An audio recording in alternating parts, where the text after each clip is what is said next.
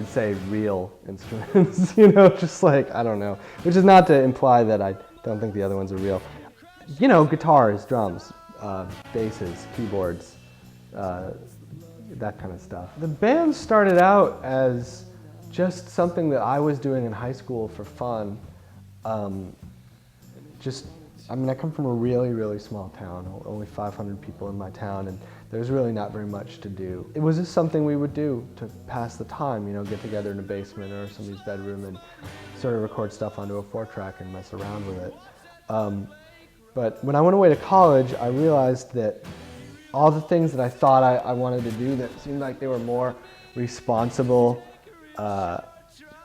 things, they just turned out to be so boring and depressingly, frighteningly boring to me, to where I thought, God, I don't know, you know, if I want to go on into this world that I am ostensibly going towards, because everything just seems so drab and stupid and obnoxious. And so I thought, well, I guess I'll give this music thing a chance and really, really give it a chance, which means to believe in it and to open myself up to the possibility that I'm going to throw away a part of my life for it.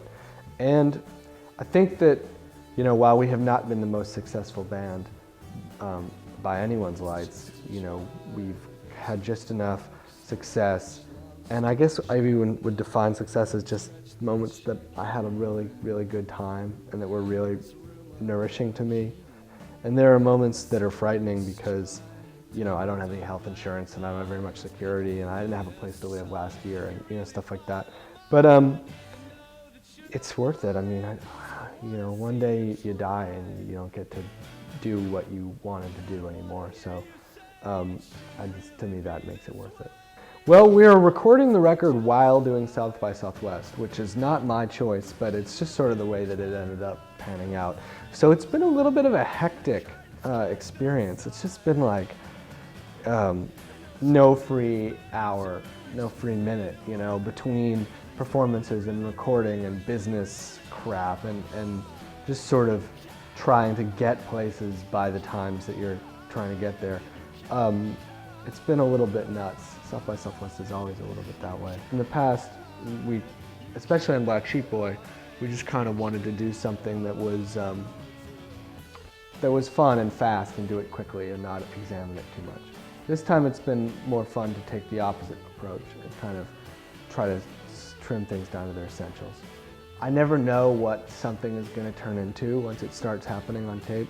And there's certain songs that you really treasure and they're very meaningful and important to you, and then you start working on them and for whatever reason something's not happening, and you can try to make them happen, and sometimes it's just not the right time or it's just not the right approach. And sometimes a certain song, you start to rewrite it a little bit, because I do a lot of revision while we record, and it starts to reveal something about itself to you that turns out to be way more important to the album than you thought. If I start to tell people too much what I think something is, then I turn off my attention to other things that it could be.